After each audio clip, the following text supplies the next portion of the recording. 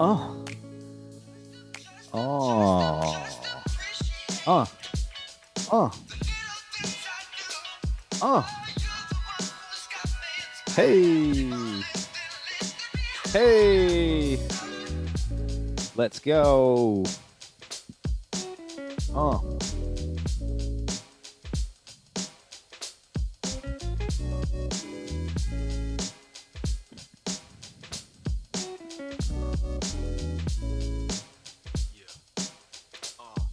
Oh. Check. Turn that mic up. Turn that mic up. 1, 2. Yeah. Now let me get a little bit more in the headphones. Yeah. What? Check my left headphones out. 1, 2, 1, 2. Oh. Are we Just let about it to have vibe. fun? Dude, we're gonna have some serious fun. Just let it vibe for just a second. I'll do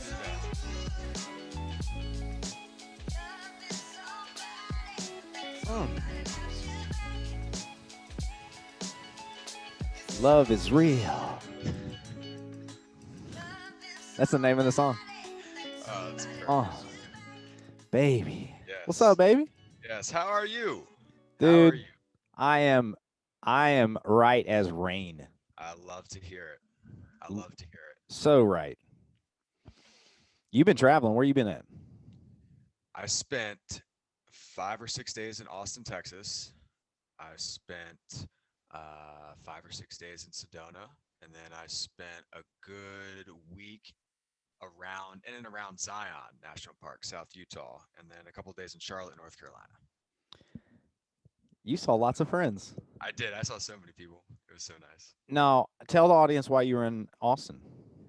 So I was in Austin to run a Spartan race, and we were there with the guys from Kinnis Barefoot, which is a natural movement barefoot training shoe company based out of my hometown, where I am now in Richmond, Virginia. Um, so myself, Kay Jungle, a couple other folks met a big crew from that area, that Austin area, who train with Kinnis and with their shoe products. And we ran the race, had a Spartan race, had a ball. Mm. Now, you have a long history with Spartan races. Is that right? I do, I do. Probably 45, 50 of them, something like that. And Now, is OCR, that all? You're only. a couple dozen. That's all. Couple dozen. Oh man, I don't have much experience doing obstacle races, and part of me wishes that I did.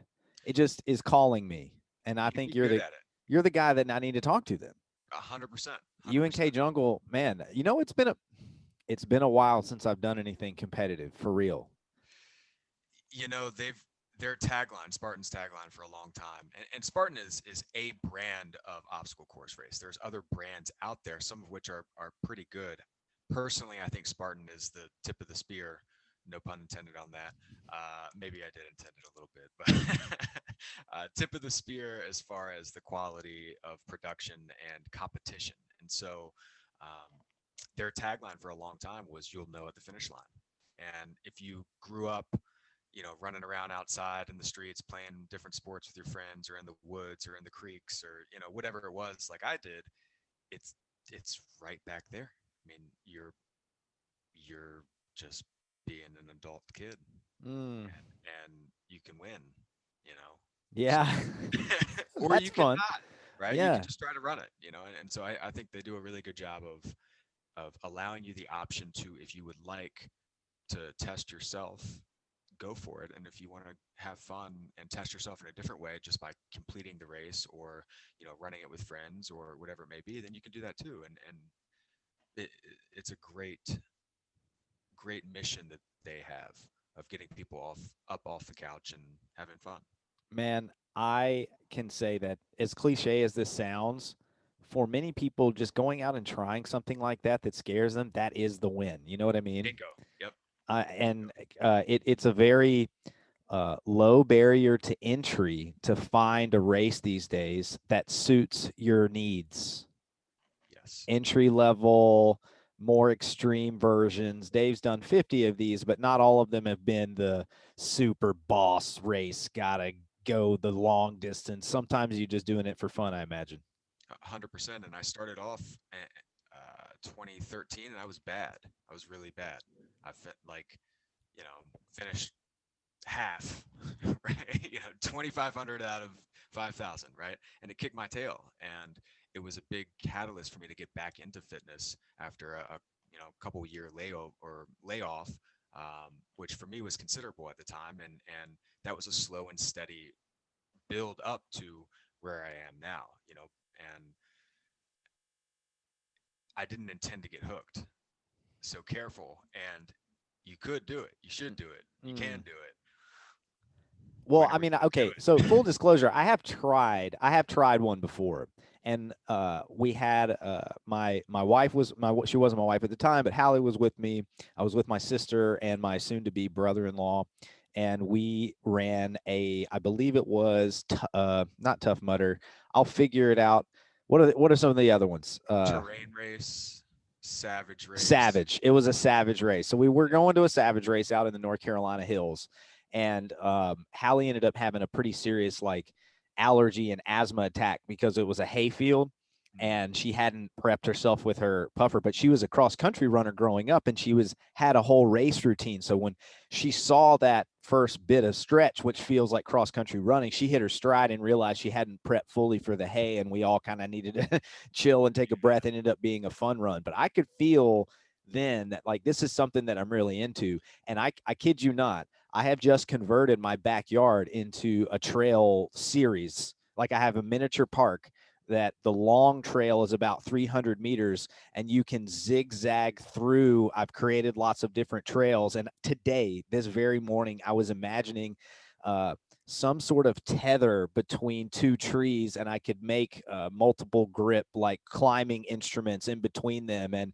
I found an awesome log recently. It's like all-time best log, I got to tell you. It's an all-timer. So I got that in my backyard, and we're swinging mace, and we got tires and stuff. And I have a wedge, like a obstacle wedge. So we actually have the makings for now. I'm realizing that Let's put on a race, Brooks. my fitness park is now going to be our own personal racetrack. We could train, and I could train for it back here. I have it. I can do it in my backyard. Well, What if we damn it, did a fun Dave. run back there? What if we set up, the 2021 mini OCR course? We'll set it up. We'll do it for whatever, and yeah, let's have fun. Dave, we're creating in real time. Are you listening to this, folks? Are you hearing what's happening right This is now? how ideas happen. This is how ideas happen. So now you know what we have to do. We Do it. have to put on this race. Okay, great. So we're gonna, Dave and I, let's set some goals, Dave Robin. Who better to set goals with This is in great. real time than with Dave Robinson? He's got a pen. We're gonna do it right now. Right You do now. your thing. All right, I'm reaching for a notebook here. Got it out. Brooks, when would be a feasible time for us to potentially put on this race? I love the month of June. Okay. The month of June is coming to me. Okay. Yeah. Are there, if you had to list your top 3 favorite months in Memphis, what would they be? June being number 1? No. Now being number 1. Now, okay, April totally being fair. April being number 1. Okay. April and early May is like prime time Memphis. All right. So OCR, we're looking in June. And if I was going to pick a second date, it would be it would still be a little hot. Like Labor Day weekend can still be pretty hot, but that's still a good month to get out and get sweaty, I think. Beautiful. All right, so you've got about 300 meters back there. On the long trail, there's multiple meters, but yes, the full outer loop is 300. Maybe we do a 5K, 10 laps in and around that range. I'm loving it. A 2-miler. I know you've got grip implements, right? Yep. We'll sandbags. I've got Yep. a ton of stuff. Yep. Ropes. Things that, I mean, yeah, we can literally set up a course. I'm already seeing it in my head. I was designing it this morning in my head. I didn't know that this was what we were doing today, Dave, but now we're doing it. So yes, I've already imagined this in my head. Perfect. I even envisioned a finish line. I shit you not. I was like, this would be a great place for a finish line. All right, it's April 15th. Yeah, By the end of April, we'll have a firm date set. We'll have a course mapped out, and we'll have an itinerary set. done. Done. It's going in the book, folks. You're witnessing some world-class goal setting, and if you don't know it now, you know. We're doing it Yeah. right now. Goal setting, number one piece, action. Right. Action. Dave Robinson, Danger Dave, Action Dave, I'll Pirate take Dave. all of them. I'll take all your nicknames. I'll take. Yeah. On body. All right. And then what are we doing? We're just by Hanging the out. end of the month, and we'll Yeah. take we'll take action, and then from there we'll set new goals, and we'll do it just like that. Bingo. Bingo. Easy. We'll touch base again from now to the end of the month. By the end of the month, we'll have a serious date set, and then we'll begin to spread the word. Whether this is just a, Brooks versus Dave show off, like Serious showdown, fun or a serious fun or a 5K. serious fun 5K. I think we'll bring a serious fun 5K in Brooks's backyard. We'll bring serious fun guests, serious fun future guests, serious fun family members, and we'll make it a weekend thing. You love Memphis. You love your It's my hometown. birthday weekend. Show me around. That's what we're going to do from our birthday weekend. We're going to host the Serious Fun 5K. My birthday weekend is always around Labor Day. Man, this is unbelievable. When's your birthday, Brooks? September 5th is my birthday. And that's a Sunday. I mean, a Saturday race on the 4th. Labor Day is the 6th. We could have a Sunday race on my birthday because everybody's off on Labor Day. It's in my calendar right now. I think I'm going to come in on Thursday the 2nd. Is that cool? Yes. It is so cool. And I'll leave on that following Tuesday. That is so rad. Memphis, Brooks, Serious Fun 5K. All right. Well, there you heard it, y'all. There's the date. It's going to be the 4th. Yeah. The 4th or the 5th. The 5th might be a good race day, Sunday, because we'll do it on my birthday. We'll have the race. We'll have the barbecues. We'll have all the grills fired up. Dave's going to be Dave's the grill master. Dude, I'll man that grill. Dude, he's going to man them all. He's going to be like, you remember how those drummers would play multiple drum sets at one time? I really see Dave just like surrounded in grills, and he's just in the center of grills, just doing his grill thing. You're such a man, dude. Dude, thank you. I got to say that. Like, it may not be popular, I will say, so to some degree, but like, you are such a fucking man, dude. I appreciate that. Thank you. You got a man's beard. This is my 2021 beard, so we're still early. Wow. It's early in the process. We're a third of the way through, a quarter of the way through the year for this. I think it's really important to embody the man side, and that pendulum's got to swing the other way. You got to lead from the heart. You can't lead from the heart, right? And then I think when you can balance those two things, then it's not bad to say you're such a man. I feel that. Does that make sense? I totally agree with you. What happened for me personally, my journey was more like healing the toxic masculine first. Yep. Then realizing if I was in my feminine or softer side too much, I was not either taking action. I wasn't leading. I was only like receiving, whether it was my emotions or receiving my partner. I was very like tame, but to a degree that softness made me vulnerable to, I don't know, all kinds of things. So I just felt like this need to go kind of charging back in the other direction, but with a more pointed focus this time. Whether it's, I think it was before I did not know how to wield intensity properly. I would overdo intensity in a way that was over masculine, if that makes sense. And then I would burn myself, so to speak. I would burn too hot. I didn't know how to like taper back and forth.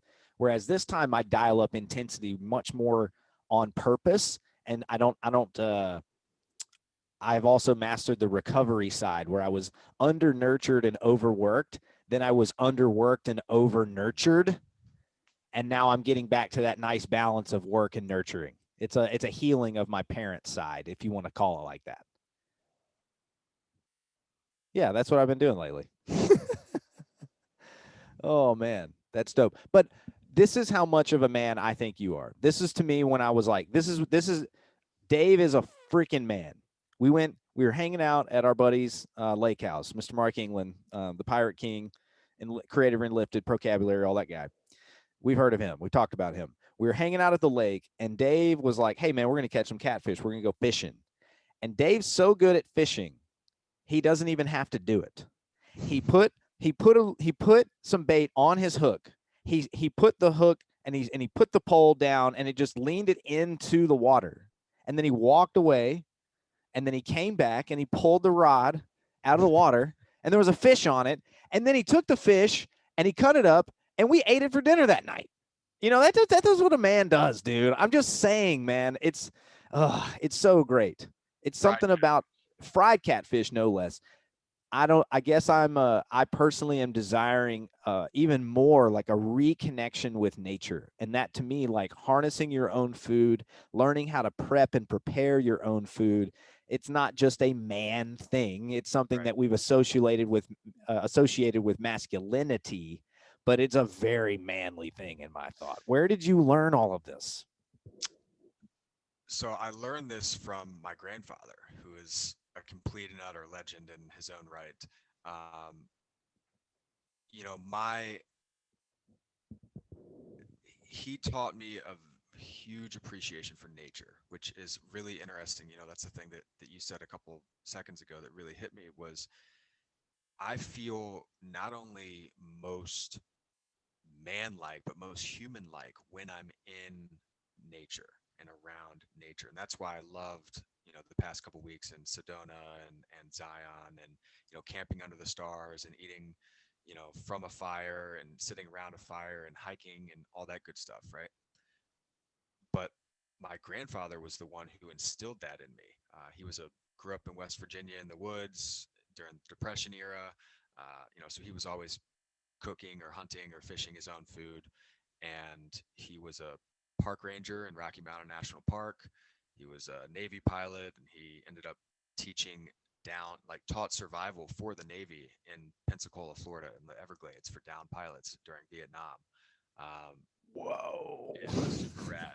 And then, so then luckily when I was growing up and up until I was about 15, they lived up in Maryland on a tributary of the Chesapeake Bay, the Severn River. So it ran I remember just growing up on the dock, right? And growing up in the water by the dock. And we had this little, 10-gallon aquarium that I'd put, on the dock. And I'd take my little net with my goggles on and find the little crabs and the shrimp and the fish and put them in the aquarium. So I just grew up with such a reverence and love for nature and being outside. And what's really interesting is I haven't gone hunting other than one time, and I went dove hunting. So it wasn't really hunting in the true sense of the word or the way that we might think of it, right? Where you're procuring your own food in that manner. But I have done a lot of fishing, and it is it is really special to me to from the intention of I'm going to go fishing to picking the bait, tying it on, having it's not called catching for a reason, right? There's a lot of times when I go out and I don't catch anything and I don't get to eat it, right? I catch the wrong thing or it's not big enough or whatever it is. But when you land it and you can take that thing home and you know exactly where it came from, you know exactly how old it is, you know exactly how fresh it is, and then you can serve that to people that you love, oh, that's such a good feeling to that. Mm.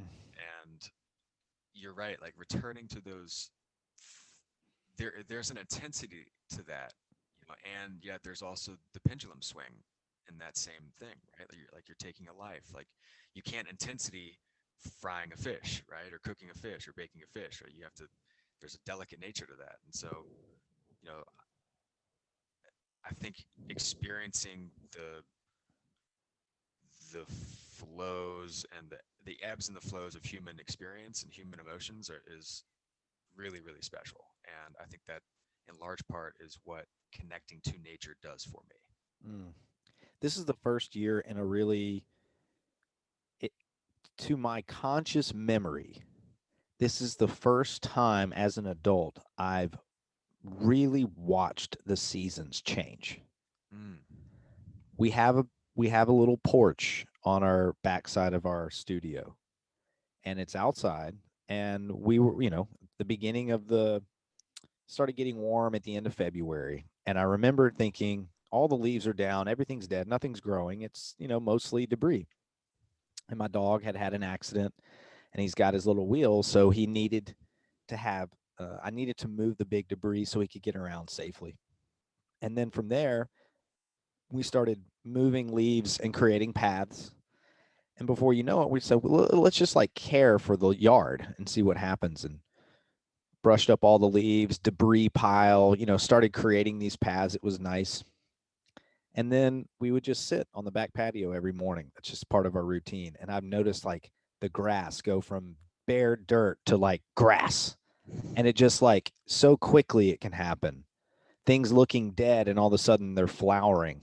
My parents and my grandmother have had these azalea bushes, which are flowering bushes in the back. And when they flower for 2 to 3 weeks only, and just really appreciating and taking in how beautiful and white these azalea bushes are, how beautiful and fire red came from something that looked dead just 2 weeks ago, and Dude, appreciating that. think about that analogy in terms of a human being and human potential, right? Having the right environment, they were covered. Maybe they're covered with the dirt. It's covered with dead leaves. It's not getting air. It's not getting light. It's not getting water, right? It's not being nurtured or cared for. But change the environment and give it what it needs, then 2 weeks later, a month later, a season later, there's beautiful life that comes from that. And that Mm. potential was under the bare dirt the whole time. Yeah, and the leaves are things like, so I mean, just for myself, my leaves were things like social media or TV or things that were just too easy at my fingers, too quick, too easy to access. Those snacks if they're around, or just those leaves are the things that just kind of cover up our potential. Yep. And I found I mean, honestly, my back porch was an attempt to replace my morning of scrolling. Just Mm, go as long as the cup of coffee lasts, you're just going to be outside. I love that, dude. I like Yeah, that a lot. it's its You know, I, own practice. I think for me, the leaves are reminiscent of inaction and insecurity or um, fear of the what ifs, the what could go wrongs. What if this doesn't work? I couldn't do that. The small talk, the chatter, the anxiety, all that shit, right? And when that gets cleared out and that space gets created, then that focus of, oh, we'll just go outside, start going outside more, start Mm. drinking more water, Mm-hmm. why don't we start loving one another more? Why don't we start creating with intention? Then once that shit gets brushed to the side, that allows it all to flourish. I love this analogy. I'm going to start using this. This is beautiful. What Okay. what are you intentionally creating these days? Oh, man, that's such an awesome question. And had we had this conversation a month ago prior to this trip, you know, I felt stagnant, right? I felt non-creative, right? And so I just want to make it a point to anyone who's listening to this is create space for yourself. However you do that, however much space you're able to create, do that. And creativity comes from that space that's created, in my experience and opinion. Dude, so I've got so many things going that it's hard to keep track of them all. I got one right here. I'll tell you about this one. So 8 months ago, a couple buddies and I started talking. One guy I grew up with, same neighborhood since I was 8. The other was a client of mine, and he became a good friend of mine. And we started working on a project together. And uh, I've been a I transitioned from alcohol, I would say 4 or 5 years ago, predominantly. As my college and post-college years, it still was the happy hours and drinks on the weekends or a couple nice craft beers, right? I transitioned from that to cannabis 4 or 5 years ago, predominantly, right? And I've dabbled in CBD for a long time without ever really going all in on it or never really finding something that I really liked. Like the cheap stuff, I didn't feel worked, and I had worries about where it came from and what was in it and what et cetera. And the expensive stuff was really expensive, so I made my own. What? Yeah. So a buddy and I, or my two partners, launched Health and Revelry CBD, Health and Revelry, and one of our missions is to have people rethink revelry, right? Like there's alternatives to drinking. You can have a jovial social time without drinking, and so um, this is full spectrum hemp CBD extract, and we are in our you know launch with a couple hundred bottles. We got three different flavors: a daytime, anytime, and a nighttime. And I take the anytime before coaching calls that I know are going to be gnarly, and then I just can just kind of settle into. And by the end of the call, I find that my heart rate isn't racing if I'm going through some crazy story, or I'm still settled, right? But my whoop scores have been flying off the charts with Mm. recovery on the nighttime, right? Where my resting heart rate is low, and my heart, heart rate variability is up, and my sleep's deeper and better. And it's not all CBD. I'm not just like sitting on my ass dropping two droplets of CBD and being like, all right, make me well. It's a combination of things, and I do feel the difference with this. So it's a fun project for us. It's a full-time project for one of my partners and a part-time project for myself and another guy. But we're in the beginning stages of this, and it's a cool problem to solve. Like solve the problem for myself, and then now I can help solve the problem for my community as well. Mm. That's awesome. And I know that you've been advertising and talking a lot more about story work Bingo. and coaching story work. So tell me more about that. So I'm on a mission to do 1,000 storywork sessions in the next 2 years. So I'm on 285, 290, something like that right now. And uh, it was so powerful and instrumental for me personally that I started offering it to clients as part of a package to work with me. And it started being extremely valuable and helpful to them as well. And so it took off, and I decided to go all in and dig my Panama Canal. And, Adam Chen and Mark England of Enlifted in Vocabulary have this great analogy of you can pick your lane or you can dig your canal, Mm. and so this is my lane, bro. I'm going to be doing story work for a long time.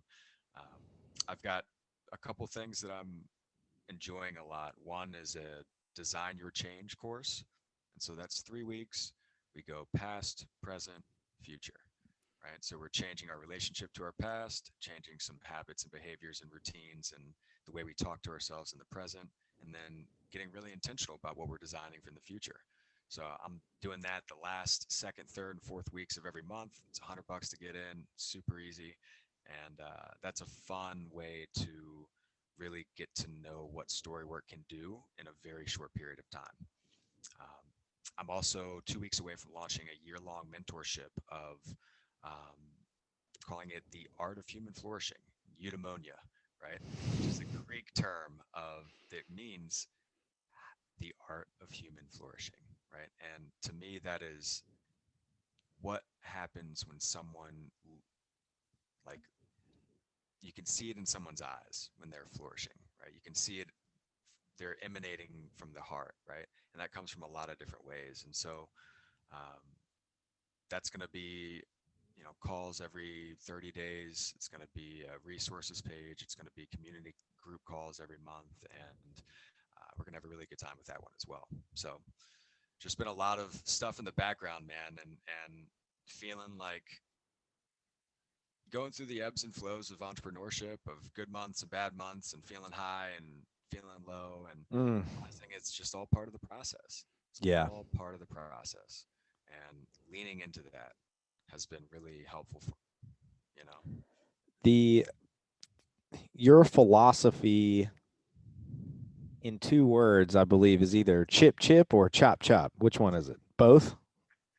So I got a funny story on this. I was chipping for a long time, man. I was chipping, right? I had this chisel, right? And I had this hammer, and I'm just chipping away at the molding this thing, right? Yeah. Like, this is great.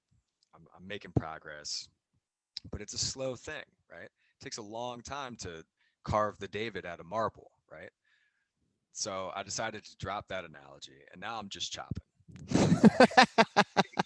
axe and I'm just taking huge chunks out of all the stuff that I'm doing.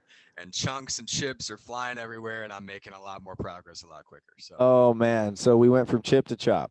chip to chop. Now we're chopping. Well, now we're chopping. Do people? Is there a predictable transition now in your hindsight from chip to chop? Is this part of the Dave Robinson experience? You get them chipping before you get them chopping. I think that's a good way to put it. And I think it's one of those things where, like, when like you've Yeah. turned the corner. Mm. There's a really cool model that a friend of mine uses, Stephen Mogling, and think of a target, right? You got a couple bullseyes, right? And they're getting smaller, and then the most people are outside of the target, right? Most people are unaware, don't want to change, don't really care, right? But then something grabs their attention inside the target, and they want to have something, right? Maybe I want to have abs. Maybe I want to have more energy. Maybe I want to have more sleep, right? And so they start getting interested in that. They start moving in that direction and doing the things they think will get them that thing, right? A lot of trials and tribulations along the way, but eventually, if they want that thing bad enough, they start doing, and you start doing the thing. You start chipping. You start doing, what gets you the abs, or doing what, gets you more energy, or doing what gets you more sleep, or whatever it may be. And if you do long enough, if you stay consistent long enough, the bullseye of that is the B, who it's who you are, right? And so I think a lot of us maybe got into fitness because we wanted to, you know, have the muscles, or have the respect, or all that bullshit, right? We did it for a long time. Things change throughout that process, right? I know my journey and your journey are relatively, or have some parallels, right? And how things have changed over time as far as how we approach fitness. And now we have the abs, we have the build, or the fitness, or the health, or the ability to express ourselves physically, because it's a part of who we are. Mm. I am someone who moves my body daily. I am someone who puts my own physical health, you know, um, very high on that list. I and I think a lot of people need to get a lot more focused on what they want to have, and get a lot more specific on what they want to have, and clear on what they want to have. And then it's just a matter of the do.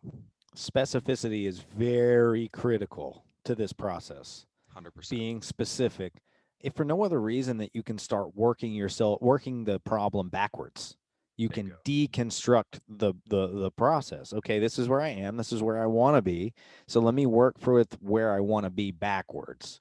What you usually find is that you create the path to where you want to go, and you work your way backwards, and now you have the plan, and you start to take action on the next thing, and then maybe the next thing after that, and then something happens that re-scrambles all the variables, and then you're vision casting again, and it's not the exact same, and you're not. It's more of the process of looking ahead, thinking about what it would take to get there, starting to walk in that direction, and then being open to things getting rearranged when new variables come in. 100%. And that's a great way to look at it. And, I think then, distilling that even further, it's, you know, what's the true essence of what you want to create, right? And the life that someone wants to live, right? When I really boiled that essence down for me, I wanted to travel, to train, and to inspire people to live their best life. And I realized the best way that I could do that is by being me and living mine, right?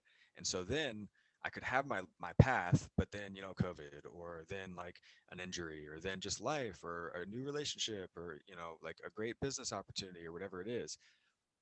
And maybe I didn't travel to Costa Rica like I wrote down in my goals, but I traveled to Mexico, right? Or maybe I didn't, I'm not like training doing this, but I'm doing that. Or maybe I'm not, in this business venture, but I'm in that one, right? And it's still, the essence of that is still the same.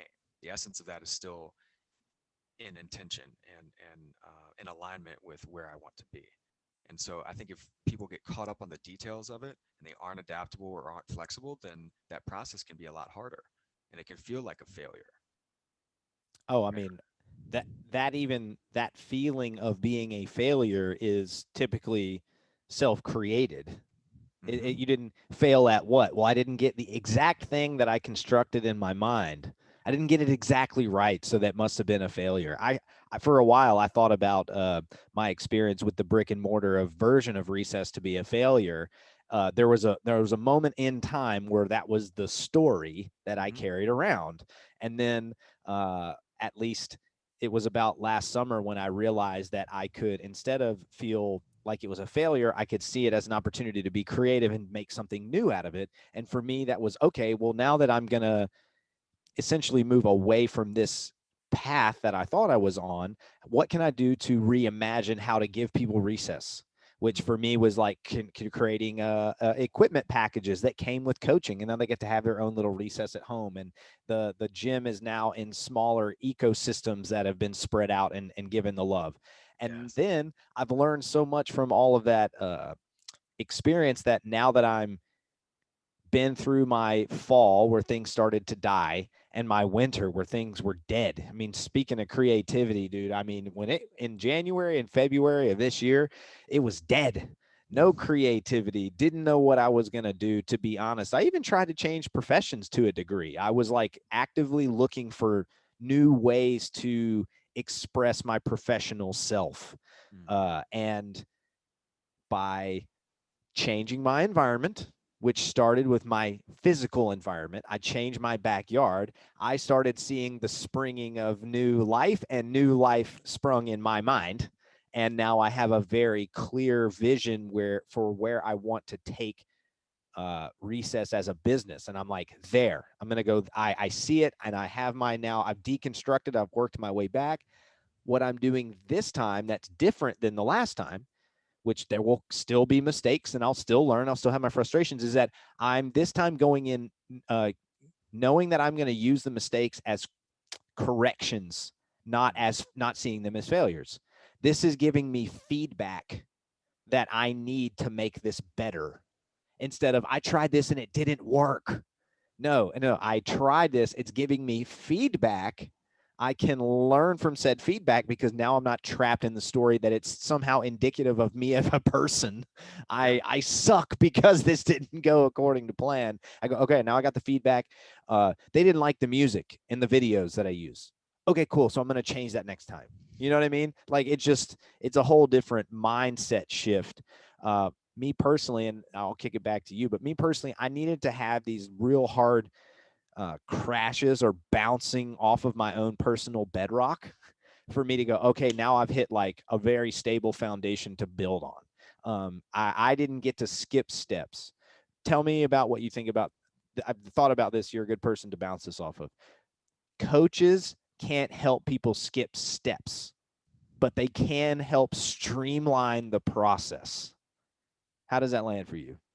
100%. I mean, 100% because, ultimately we're the ones that learn through trial and error, right? And it's about, oh, dude, no, don't buy that protein. Like that stuff, you're gonna go down like 3 years of gut issues and just all kind like, no, right?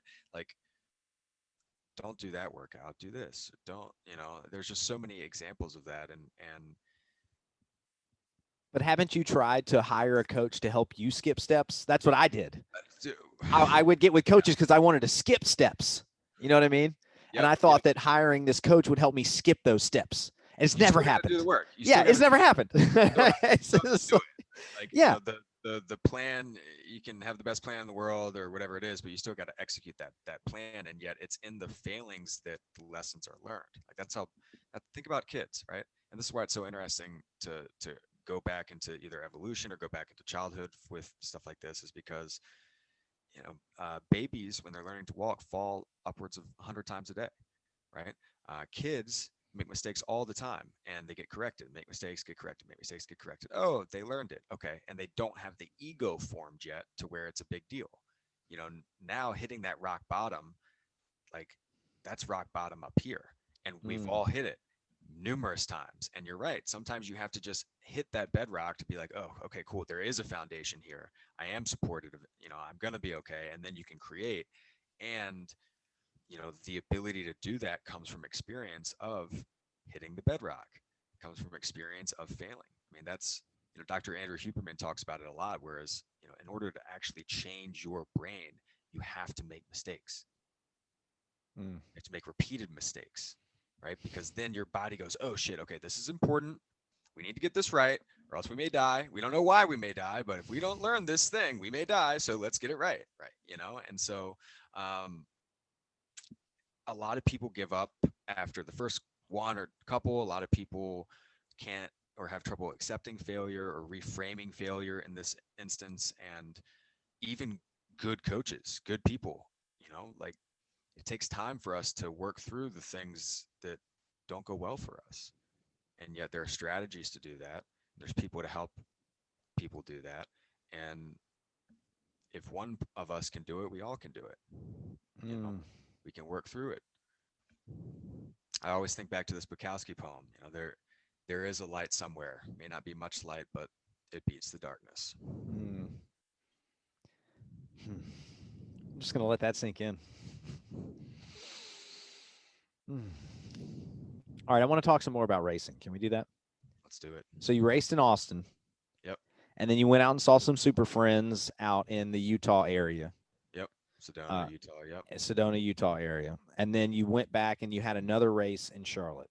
Correct. Can you tell me about that race? Yeah, man. So the first one was a 10K, around about close to 7 miles. So it's a little longer than a 10K. But the second one was their sprint, which is their 5K. Um, that the second race went much better than the first. The first race was the first race in 15 months, and um, it, I still finished 10th in my age group. I was happy with it, but I had some penalties, and I just didn't really run that great and feel that great, et cetera, et cetera. Second race, this most recent one, I felt fantastic. Felt great going in. Ran a perfectly clean race. Felt like I had some pop. Felt like I had some gears. Ended up seventh, and I'm really excited about it because it is a step in the right direction and the big picture. So you talk about working backwards from your goals. Like my working backwards from is OCR World Championships, third week of September in Vermont, northern Vermont, right? And so I'm working backwards from that to start to build up to that particular race, which is 13 or so miles up and down a ski resort, however, 50 obstacles, something like that, with the best of the best. And so I'm at that point where I'm racing because I love it and because it's challenging to me and it's fun, and I'm working on getting better as time goes on and continuing that process of seeing how good I can get. And as long as I finish happy, healthy, and motivated, I had a good time. Yeah. This sounds like a sport, and this is why I wanted to shift gears and talk about training, because we're talking about just like putting in action and growing things over time and not getting to skip steps. To be good at this sport is a multi year, and in many cases, for some of us, multi-decade journey. Uh, to me, what is missed in the fitness industry by the average consumer is the person that they may be watching has their own particular movement history. Mm-hmm. And it might be decades longer than someone that's watching. Yep. And again, the same idea that we may want to skip steps intellectually in our profession. In fitness, one of the most common mistakes is wanting to skip steps in your fitness journey. Spartan races or long endurance and obstacle course races of many kind, they start to highlight to me how much volume and not just volume for training, but like volume of experience is necessary to thrive in a sport like that, because just all the different things that you have to be good at, and it has to take time to get good at it because you just can't do it all at once. Right. And the way that you train and the way that many of us train now leads itself to be very conducive to obstacle course racing. Mm. But you're absolutely right in that the specialist is not going to do great in this sport, right? If you're a power lifter, you got a ton of strength, the carries are no problem for you, right? Well, the hills and the distance, the running piece is going to be a big issue. If you're a marathoner and you've got, a 15-minute 5K, but you can't the do the carries, or you're not used to the elevation, or you just run on roads, so you're not used to the technical trails, or you've got no upper body strength for the monkey bar stuff and the climbing over walls stuff and the navigating the horizontally the obstacles and stuff like that, you're going to have an issue. So what I love about OCR, what I love about OCR training, what I love about kind of functional training is you can get pretty good at the upper body stuff pretty quickly. You can get pretty good at the carries over the course of a 12-week block, right? For me, what I found is it was getting good at the running and then getting good at running up and down mountains. That's Mhm. that's the next big key. So there's always levels to this shit, right? And the cool thing about this, man, is because uh, for men, round about the late 20s to early 30s is when that natural peak strength drops. That we go start to get a slow decline of testosterone, a slow loss of muscle mass, right? There's a lot you can do to stave that off. And peak powerlifting number type stuff, right? And peak strength output is going to drop late 20s, early 30s for males. And it drops relatively precipitously, right? Mhm. Whereas aerobic function, the ability to go long and slow, or even anaerobic function, the ability to put some power into that, can stay near peak levels into late 30s, mid to late 40s, even. And Mm. so I'm looking at this as a very long term play here. I ran a 50-mile ultra marathon 4 years ago. I was very ill prepared. Longest I had run when I started training was 15 miles. The longest I ran before the race ever was 20 miles. And we did this 50 miler, but it was still such an amazing life changing experience that I've got a 100 miler on my list. But I know that I'm not going to do that this year. I know I'm Mhm. not going to do that next year. No, I'm probably not going to do that the year after that because I'm going to build up to this over time because I can and because my, science says my body should still be able to perform at a peak level for the next, I don't know, 10, 15 years in and around that range. And I'm having fun doing it. And so, taking that long term approach, you can pick your distance. You don't have to run a freaking marathon on a mountain, right? They've got the 5K, they've got the 10K. Like that's a reasonable distance for somebody to, start doing some carries, start doing some, rock climbing in the gym or, working with a mace or whatever it may be for the grip strength and upper body strength and start to run a little bit, start to do some hiking, start to do some rucking, start to do some tire pulling, put the treadmill on incline and, start walking it out while you're on the gram, like you can make serious progress over not only a short period of time in some things, but over a long period of time. The thing that I've taken so much from your style of training and your philosophy was integrating the daily idea, the Yep. idea that there are these daily tasks that, for the most part, are non negotiable. These are the Correct. things that I have committed to myself personally to accomplish in a day. If for no other reason that I just give myself something that anchors me in a bit of Yes. either self discipline or I guess like the routinization of my life because it helps me be he keeps the engine running is what I'm saying. It's just like Oil in the yeah, gears, it man. just keeps it running smoothly just by engaging in these activities. And so one thing that I have since our last hangout that is really integrated with me is this idea of the daily. So now I have I have my professional daily, but mostly just keep it simple, my physical daily. I do this. This is my non-negotiable with myself. What's And your then baseline? my I want to yeah, hear exactly. it, My please. my baseline, exactly. Me personally, my baseline is 5K of walking, just walking every day. I have my trails. I'm walking. 50 air squats, nice and slow. That are the breathing air squats. 50 get ups. So just getting down to the floor and back up, either by rolling to my back, doing a standard burpee, anything like that.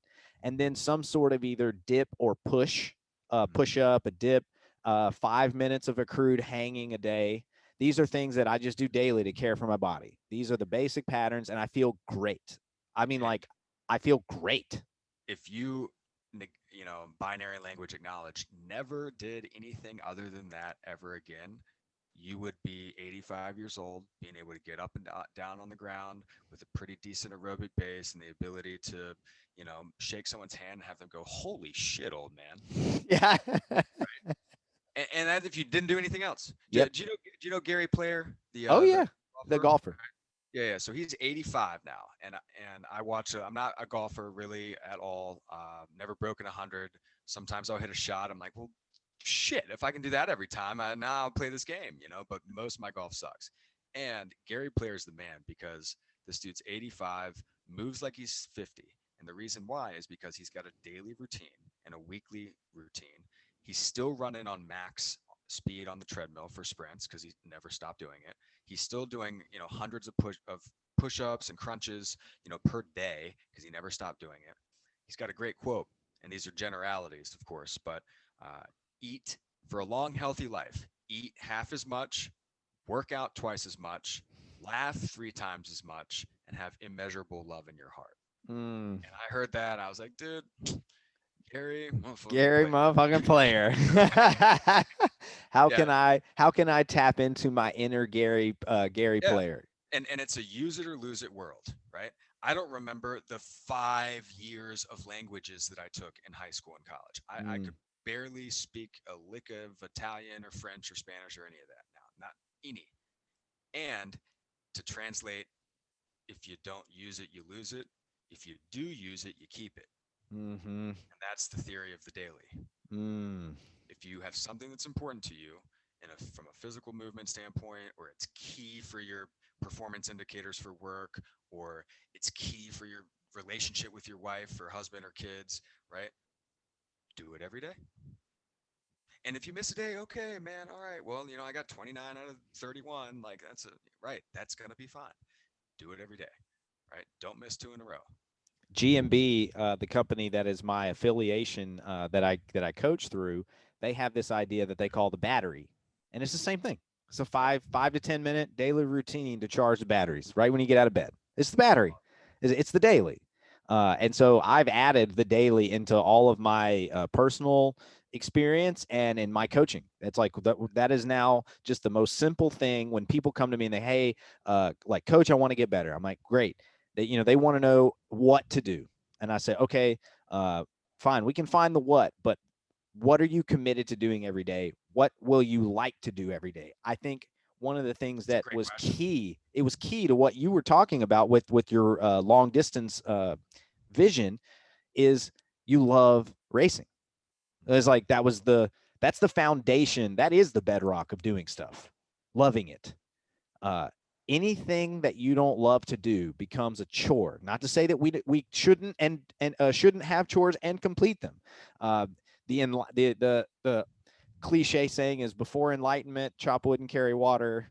After enlightenment, chop wood and carry water. You have the things that you tend to daily. You have your fire, you have your water. Okay, fine. But outside of that, if you're going to go into a long term endeavor and it's based on something that you feel like you have to do, or you might do because somebody else might give you some sort of approval, if it's not based on this bedrock of, I love doing this, the chances of it being sustainable go way down, way Yes. down. And so the recess as a general idea, and this is what you were saying, our vision of fitness is so aligned because recess was like our own personal Olympics every day as kids. You came out, you got to make the game of the day and you got to play it. And I don't know about you, but we didn't have like a schedule that was like, today at recess we're going to do this game, friends, and we're going to all set. No, it was like something about it was organic and fluid and natural, and we were engaged in nature. To me, athletes were born on the playground. you know 100%. the 100%. best athletes were born in the playground, and they likely weren't hyper specialized at a young age. There's a And, there's a great book by Dr. Michael Yesis called "Build a Better Athlete," and it states exactly that. It's when you grow up on the playground with your friends playing different sports in the neighborhood, those athletes are far better overall than the person who like just was a pitcher since day one or just played soccer since day one. So you're mm, absolutely right, and well, that's all of the programs that I'm building currently are based on this idea yep. of being better and more athletic, not necessarily being in better condition. There's a there is something right now that has kind of been knotted, and I'm untangling this knot for myself personally, and in the marketing that I intend to use is athleticism and conditioning are not the same thing. No, they're And not. if you're trying to be more athletic, then beating yourself down is counter to getting the athleticism that you want, because you Correct. tend to either need to be in flow or need to be fresh to get that like laid down over time, athletic movement. So being able to engage on all fours on the ground isn't just a new form of movement. It isn't just like some new form of exercise. It's a set of principles and skills that help you engage all of your environment better. It makes you more athletic. Hanging and swinging makes you more athletic. It's not just that it's going to make, but once I, not just going to make me more conditioned. Conditioning is only as good as its base, which is athleticism. Bingo. I can take an athlete and make them more conditioned, but if they're not athletic, trying to add conditioning won't necessarily get the end game that you want. So for me, my personal self, my philosophy is centered around raising my baseline, like you said. And the daily was another tool to help me increase my baseline. What do I have available to me at the drop of a hat? Not what Mm. do I have to get warmed up 20 or 30 minutes for? Mm. What activity can I engage in right now with what I have, with the faculties that I have? Because that's natural. That's Mm-hmm. mostly how things are going to happen. So that's what I've been putting my focus on, and it's showing up in my programs. And I'm just generally feeling a lot better. And I'm 34. I've never felt more athletic in my life. My jujitsu is so much better, bro. I finally got back into grappling. I'm wrestling with some college level guys that are young and, literally in their 20s, still wrestling in college. I'm officially graduated to what they called like old man status on the mat. And I was like, wait, hold up. I do not identify with that at all. And then they get to roll around with me, and they go, oh, they feel this different level of athleticism. And I'm like, dude, this is really starting to pay off. And my body, this is the thing I keep saying, my body feels great. You don't have to be sore and beat up all the time to be a better athlete. And then if I want to get better conditioning, I'll get on my Airdyne bike or on my rower, or I'll go run some trails and I'll spike it at the right time Yes. to perform for that race. But just generally, I can just do these general activities, feel better. And it all starts with how much I love to do it. You can Dude, hear in my voice, I love it. I I'm stoked hearing you, right? Because I love this stuff too, and it just shows, how one can start to approach things differently and feel so much better and accomplish so much more, right? And that approach of the daily, that approach of starting with the athleticism, that approach of loving something, right? You know, Gary Vaynerchuk, Gary V, said this thing one time that really stuck with me when I was financial planning. It was like, if you're not 100% happy with what you're doing on a daily basis, what are you doing? Right? Because that's out there. There's going to be shitty days. There's going to be frustrations, yada, yada, yada. Right. But James Clear calls it the hedgehog, right? Find your hedgehog. And the hedgehog has three key components. You have to have all three, right? It has to be something that you are born to do, that Mm. you're encoded for, not merely something that you like or that you're good at, right? You have to love it. You have to love it, right? And professionally, it's got to get you paid and paid enough for you to do what you need to do, right? So story work is my hedgehog. If you just take the professionally, right? But if you just take those first two and apply that to how you're moving your body on a regular basis, right? What are you born to do? What are you encoded for? Well, buddy, pal, friend, you're a human being. You're encoded to play. You're encoded to move. You're encoded to swing and crawl and run and walk and move forwards and backwards and get up and get down, right? And if you start to love that, then that can start to become who you are. You Mm. move away from the, oh, I want to have these things, and you start doing and then being. Beautiful. Dude, before we close, will you get that journal out? We're going to again state for the record Yep. what our goals are, what our next steps are. And I just had an idea that we're going to add to the folder, add to the Love it. pile. Hit me with it. All right. The idea is since we are desiring to either host a Dave and Brooks race, or have a small little community meeting in Memphis, Tennessee, have 20 racers, maybe we get like 20 people to go in a couple of flights, right? Is to create our own, you and me co-create a prep, just like an 8-week out prep for the race that Love it. people we can give away for free, that people can do alongside with us. Love it. Just create like a little prep program, create a couple of different avenues to have some variations to the program so people can adjust it to their needs, Yeah, nice and fit different easy. routes in. Yeah. Yeah. And then we'll give it to people for free on my website, Awesome. and they can get in the season with us. It'll come with a daily, and it'll come with some added intensity spikes for getting better at certain skills like running and carrying and things like that. Brilliant. We're going to do it. We're gonna do it. The Serious.Fun 5K is going to happen on September 5th, 2021. It's going to be for my birthday. It's also Labor Day weekend. It's going to be beautiful in Memphis. I can already feel it. And if it's not, we'll get muddy, baby. Dude, we're running it anyway. We're running it. It's Sunday from when start time to finish time. I hope it rains. Let's rain. Dave's like, yeah, that's my field. That's how I play. Dude, this has been great. I'm so glad that you came and spent some time with me, man. This is long overdue. Long overdue. I'm super excited to come visit you in Memphis. Are you going to be at the Lake House Chronicles? Is that July? Yeah. I'll have it on my calendar. Fantastic. Yeah. So, but what we'll do is, again, we'll do another show. Yeah, because that's 8 weeks out. That's perfect. That'll be a perfect launch for the we'll do another show at Lake House Chronicles. We'll do another show, and we'll launch the 8-week out program, and that'll be our follow-up show. This is awesome.